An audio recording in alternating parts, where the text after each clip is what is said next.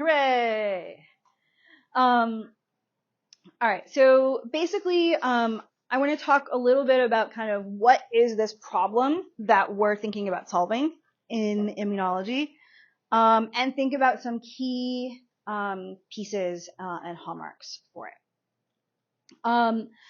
So I'm going to ask you guys a couple questions, and then we're going to move from there. So if you were, I'm going to give you like 2 questions. I want you to spend a few minutes thinking about what your answers are, and then because there's so few of us, we'll just all share what we came up with, because there's not that many. And don't worry, like, you can give me crazy stuff, all good. So my 2 questions for you are,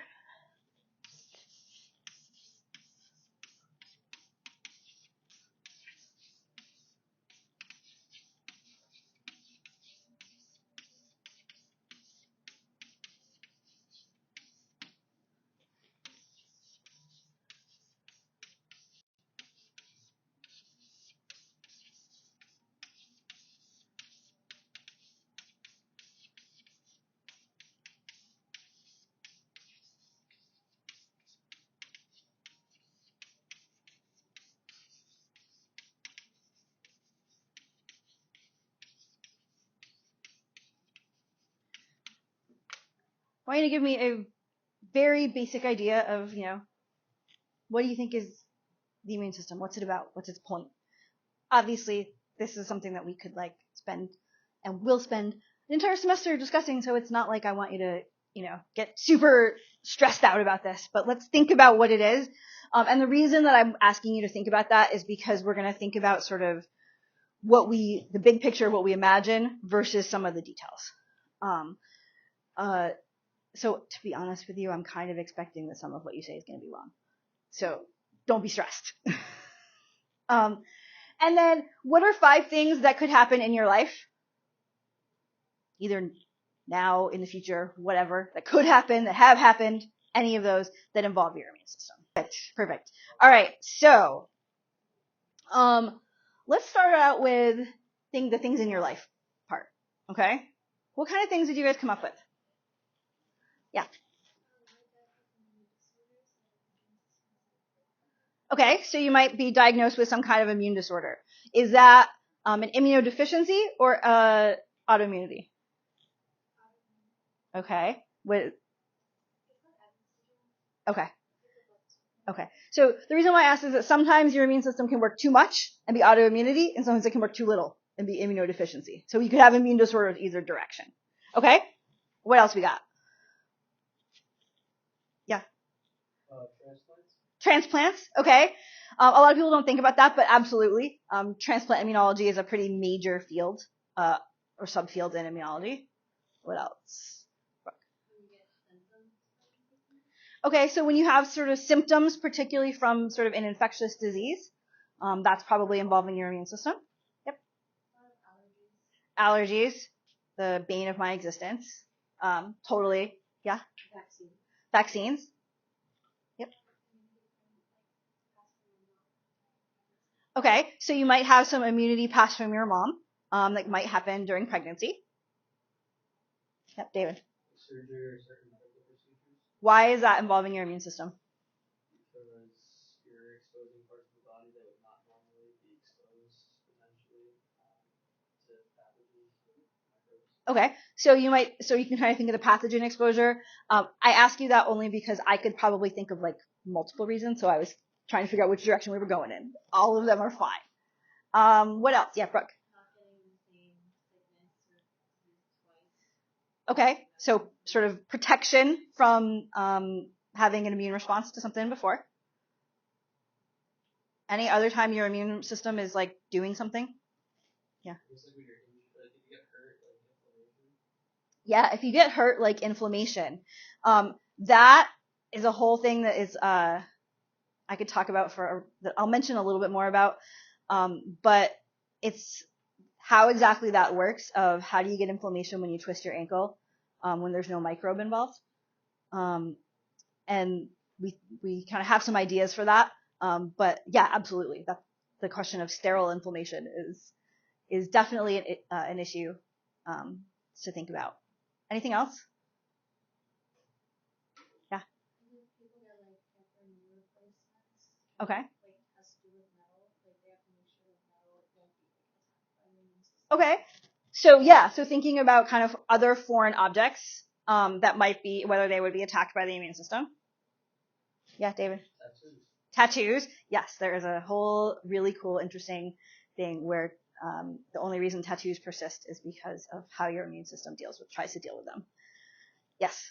I don't know if it's correct, but would you say all the time? Because whenever you go into a different environment, like if you are getting like introduced to different things, because the immune system will always be active. Yeah, so the sort of moral of the story, and we'll get some other parts to this moral of the story, is that I generally can't think of a time when your immune system's not involved. And so my poor mother has 2 daughters with PhDs in immunology. And she'll be like, why are you sitting on the couch doing nothing? And we'll be like, no. Let us tell you the things our immune system is doing right now. We are not doing nothing. Because in fact, you are making immune cells, making responses, doing many of the processes we're thinking about 24/7, in order to be protected. I also sometimes joke that as an immunologist, I can tie my research into 9 of the top 10 causes of death in the world. I can make them all directly relate to my research, and someday I'm going to get traffic accidents too. So we've got a lot of different things here, but there are also some things that you might not think about that are totally related to immune response details. And so that's something that we're going to see a little bit more about in a second. But I also asked you this other question of what is the immune system? And before you tell me what you came up with, I want to know, is that easy or hard? Too hard?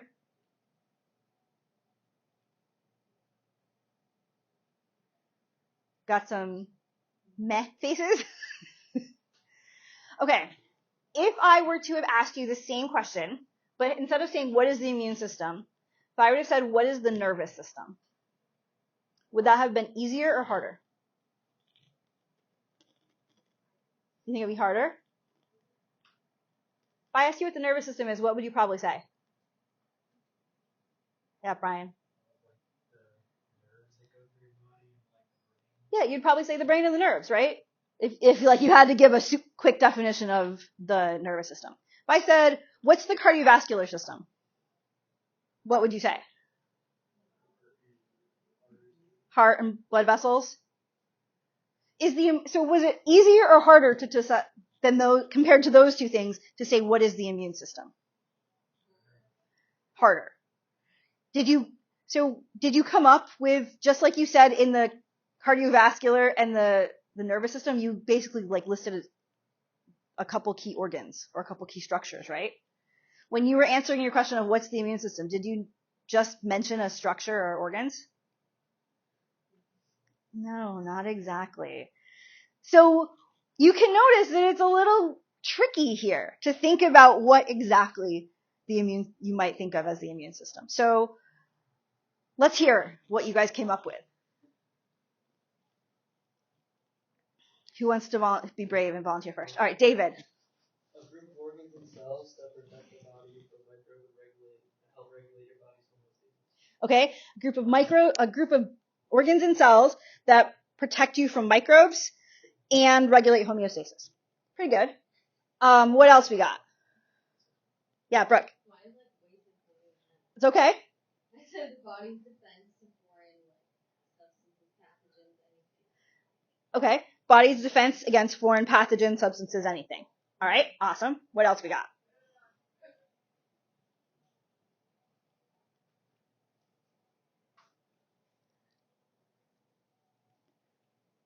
Yes.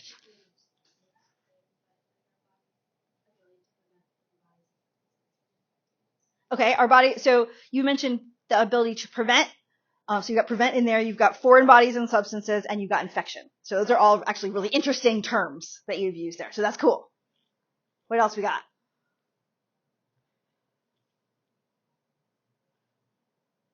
Yes. I said a cellular defense mechanism that the body uses to detect and fight foreign bodies. Okay, so you get a cellular defense mechanism that is going to defend against foreign bodies. What else we got?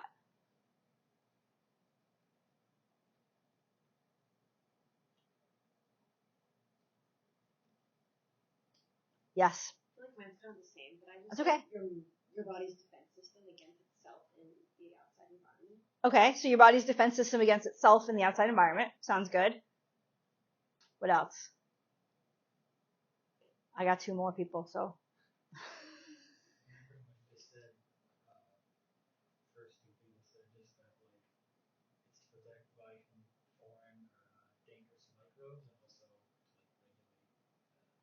regulate like any abnormalities it may occur. Okay, awesome. What do you got? So defense mechanism that involves B cells and T cells that protect the body from foreign cells or pathogens. Okay, awesome. So you've mentioned B cells, T cells, you mentioned protection from foreign cells or pathogens.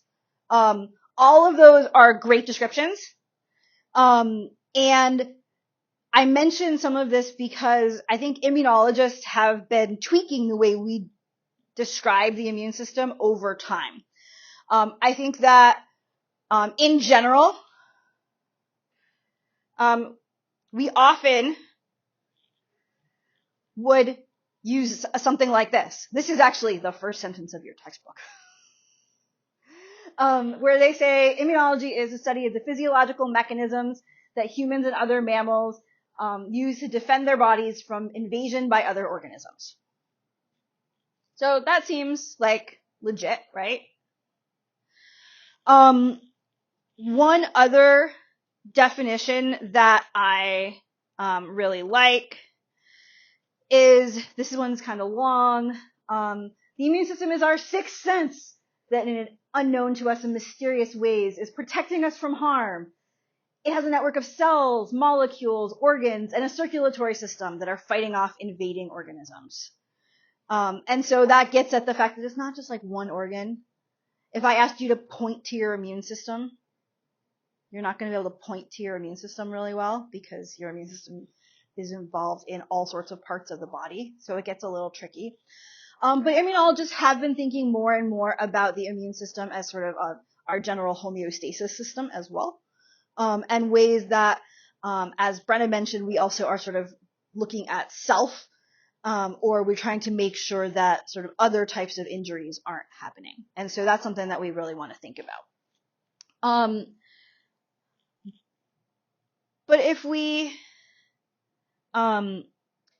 I think about this for a second, I just want to give you a couple of places where this could be complicated and help you see that all of the definitions you've given me are awesome, but you also know of 100% situations where they fall apart. You just hadn't thought about it as situations where they fall apart. So this says we're going to defend against other organisms. And some of you mentioned other organisms, other types of cells, right? The idea is you don't want to have cells from some other organism inside of you, right? Like you want to get rid of them. You want to attack.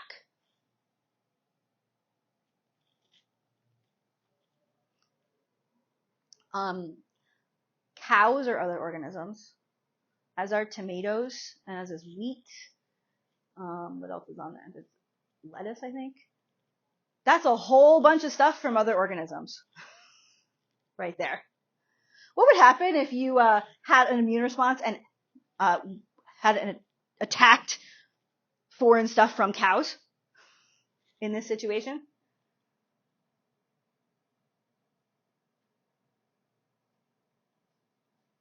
Yeah. Maybe you'd throw up. You'd have some serious issues, right? Do you think evolutionarily it would be a good idea to protect you from all substances from all other organisms? No, because then you couldn't eat. So clearly there's actually not, it's not just a all foreign bodies, all foreign cells kind of thing, there has to be some distinction. Then say some of them are not a huge issue, some of them are. And you might look at it and say, well, yeah, but that's because this stuff is sort of innocuous or relatively innocuous. Your body is full of microbes all the time. This is a sort of out-of-date estimate, but this says that bacteria outnumber your cells in your body 10 to 1. So you actually are 10 times more bacteria cells than you are U cell. Just in your GI tract alone, you have 1 kilogram of bacteria, and those bacteria are doing a tremendous number of things for your health, both your metabolism, other types of physiology, things like that. So in fact, your immune system has to be able to tell what are the okay bacteria, what are the not okay bacteria, what are the okay other organisms, what are the not okay other organisms. All of those types of things. Because in fact, we can look at organisms that have a complete lack of microbes, that are developed in the complete lack of microbes. They're called gnotobiotic mice, and they are messed up. Because we see so many ways that those microorganisms are actually really important for our normal physiology. So again, it's not just like, oh, those microbes, we get rid of microbes and we don't fight against cows. We also have to have ways that we can actually be really more into discrimination amongst fine different types of organisms. To give you one other example of a thing that would be really bad evolutionarily if it worked as simply as the definitions we were thinking about go. In this woman, this fetus is half foreign. And so in fact, if you actually look at some of the basic ways we think about the immune system and say, well, it's protection against anything from a foreign organism, then pregnancy shouldn't be possible. Because you would actually have to get rid of that half foreign organism that is inside you for all of that time. And so the immune system, again, has a lot more subtleties than just get rid of not you, keep you. The immune system also does a really good job of dealing with cancers. There's a massive field of cancer immunology, and of course cancers are cells that are you. And so it's there's a lot more sort of subtlety to this than just get rid of foreign, keep other. And we can see kind of changes among different organisms, changes over time, all of those types of subtleties. This is one of many views that I think about when I think about the immune system. And you can look at that and be like, whoa, there's a lot of things. What I want you to know is that this is, decent in terms of depicting aspects of the immune system, though it doesn't necessarily also give you all the organs really well.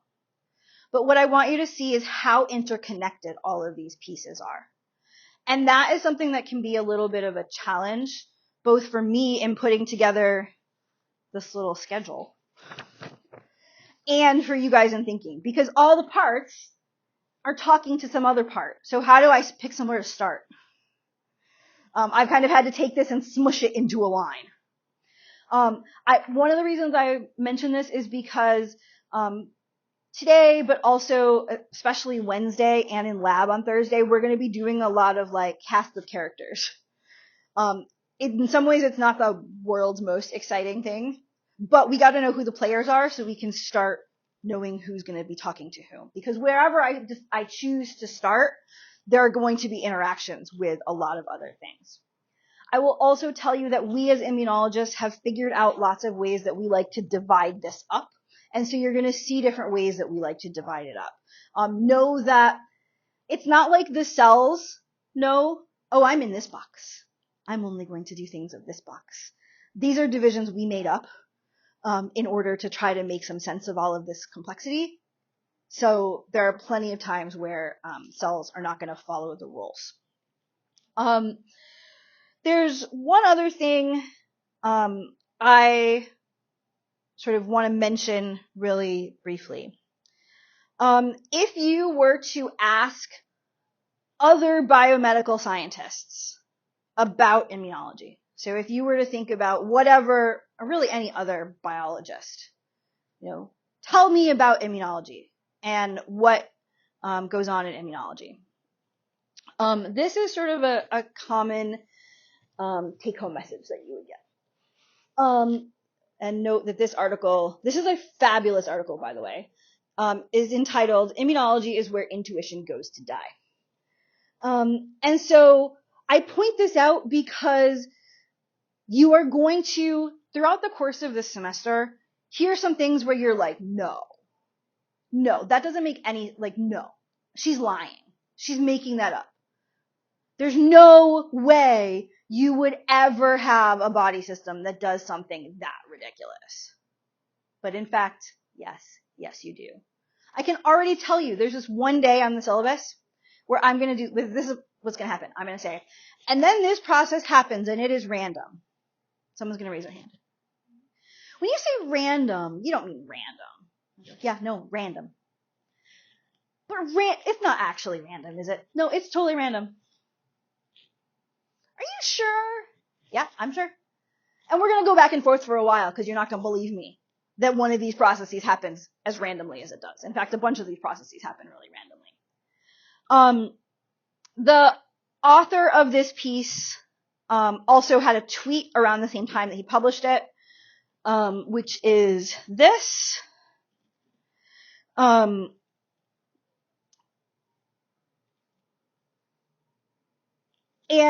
I mention this, I show you this.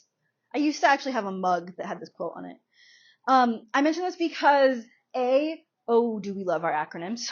I'm often going to tell you what they stand for, and for some reason people are like, wait, that makes so much sense if you know what it stands for. So pay attention to what the acronyms stand for. But this is why I record the class, is because of all of this jargon, and because sort of some of this may seem counterintuitive. The reason why things seem counterintuitive is that immunity is really an evolutionary process where we have evolved to meet the challenges posed by infectious agents.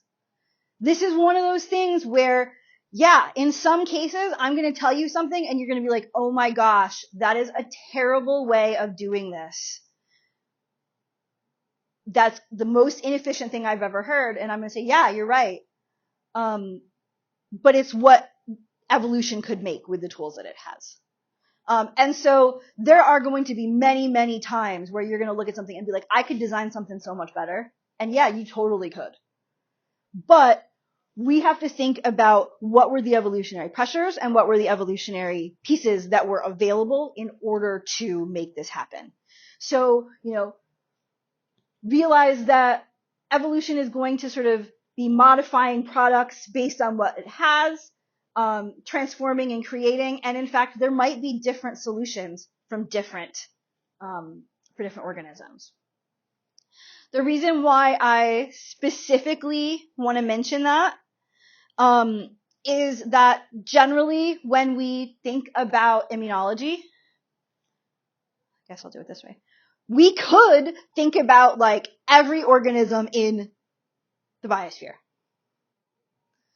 There is a very robust field of plant immunology, of how plants defend themselves. There are all sorts of studies of how bacteria defend themselves against bacteriophages, how invertebrates defend themselves. And all of these things are super fascinating. Generally in an immunology course, that's not what we end up talking about. And so in general, we're kind of talking about the immune system that's evolved over here, sort of in this group of organisms, though I will mention some others at other points as well. And so we're talking about vertebrates when we're talking about immunology. Officially, so here you can actually see it's at about, we'll say, 550 million years ago or so on. It's a group of vertebrates. Technically, it's the vertebrates with jaws. For some reason, jaws and immune systems evolved in the same organisms. So we're talking about jawed vertebrates. I will give examples of some other kinds of organisms from time to time, but know that by and large, we are thinking about the vertebrate immune system here. And the other piece that I want to mention is sort of like a question about what's the problem with immune systems. Like, I've mentioned that we're going to see some things that are inefficient, mentioned that, we're going to see some things that may not be super intuitive. And one thing that we will see in a few situations is that there are times where an organism doesn't defend itself or where we don't have an immune response. And so I want to talk about, well, what's the good, but also what's the bad? Like, why should you not have an immune response? So we kind of have already thought about that a little bit. You don't really want to have an immune response to food because then you wouldn't be able to get nutrients. You wouldn't want to have an immune response to a fetus because then you wouldn't be able to survive and reproduce. Probably kind of bad for evolution if you can't survive and reproduce, right? You don't want to respond to those microbes that might be helping your body.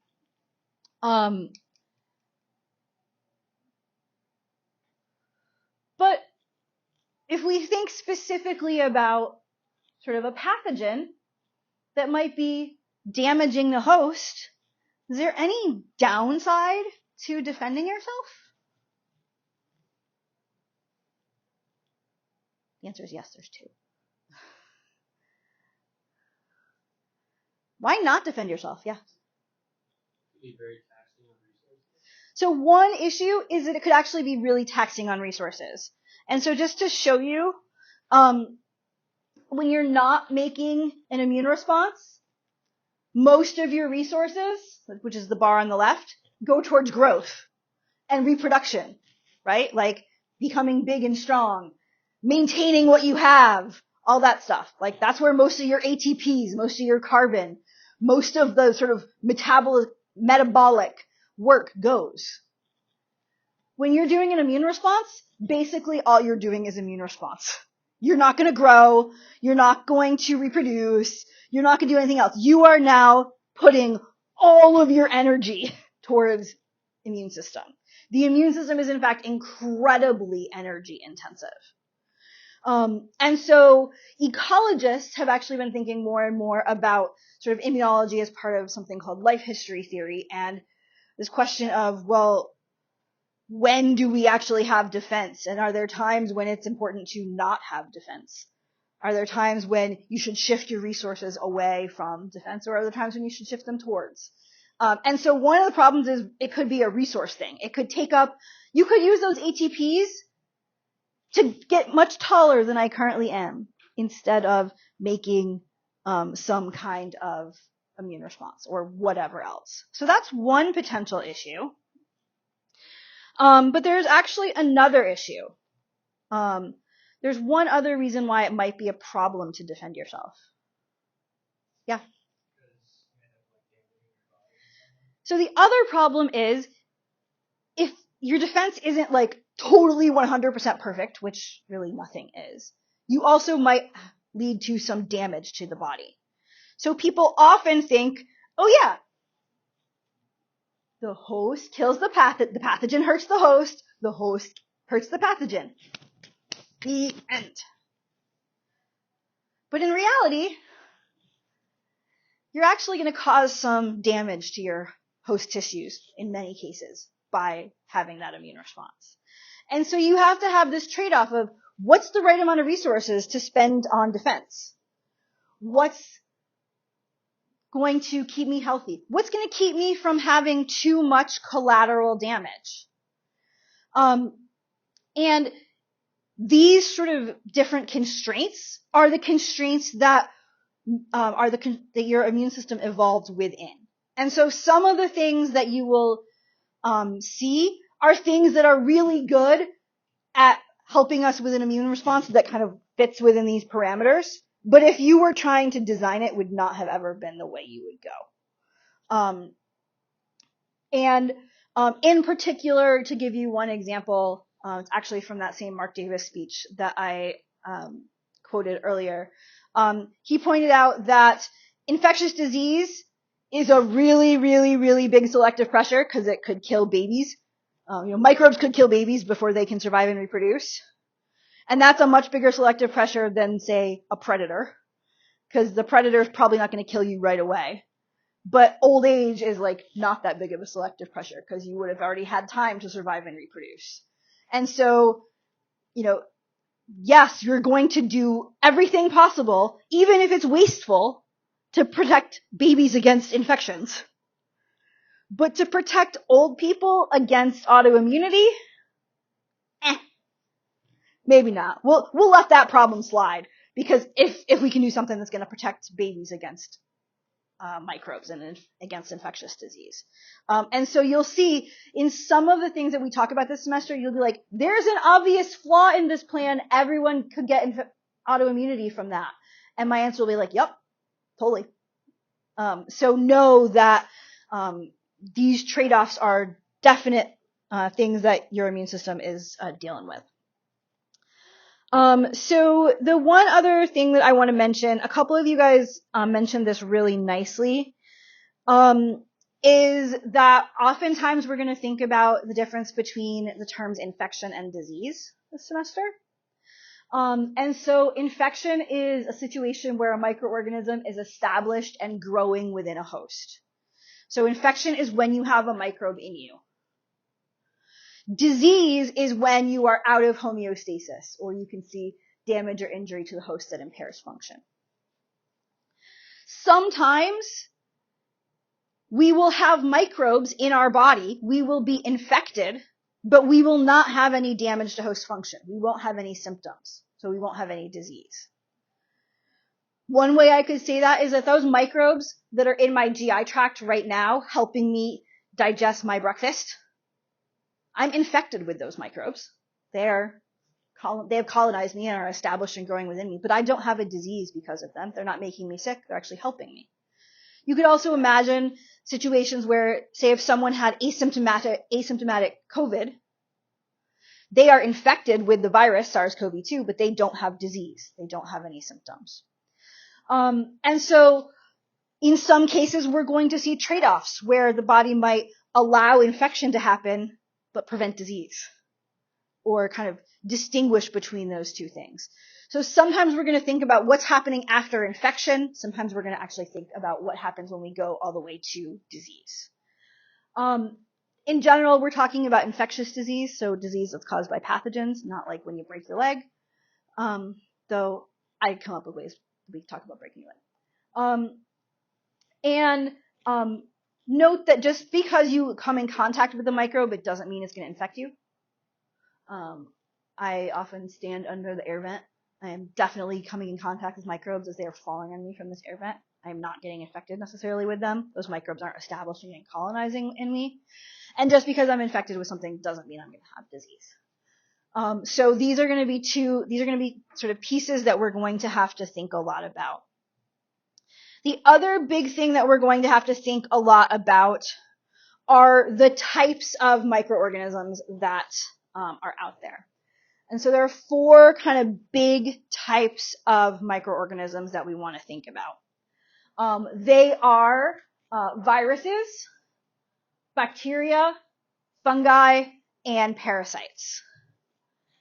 And you can see a bunch of examples of all 4 of those here, along with the some diseases that they can cause.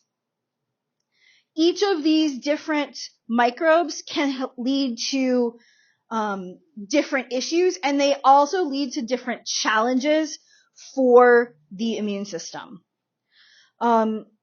So just to sort of point out one example, when I'm thinking about parasites here, I am looking at a number of either single-celled eukaryotic parasites or parasitic worms. those are all eukaryotic. Our cells are eukaryotic. And so we might think about, well, in what ways are their cells and our cells different, and how the heck do we detect them?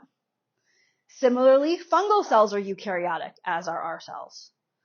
So the distinction mechanism might be different. Whereas bacteria and viruses are more obviously foreign.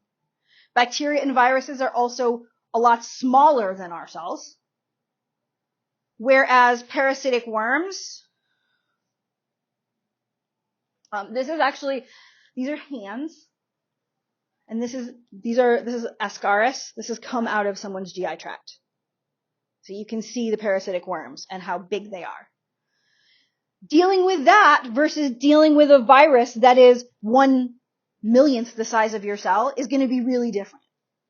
And so thinking about things like how big are the pathogens is going to alter how we actually can defend against them. Where do those pathogens live? Inside cells, outside of cells, in a cytoplasm, in cellular compartments? Are the pathogens super different from our cells? Do they vary, or are they always the same? Are they mutating a lot, or are they going to be always the same? And how quickly do they reproduce? Are all things that often immunologists are going to have to think about.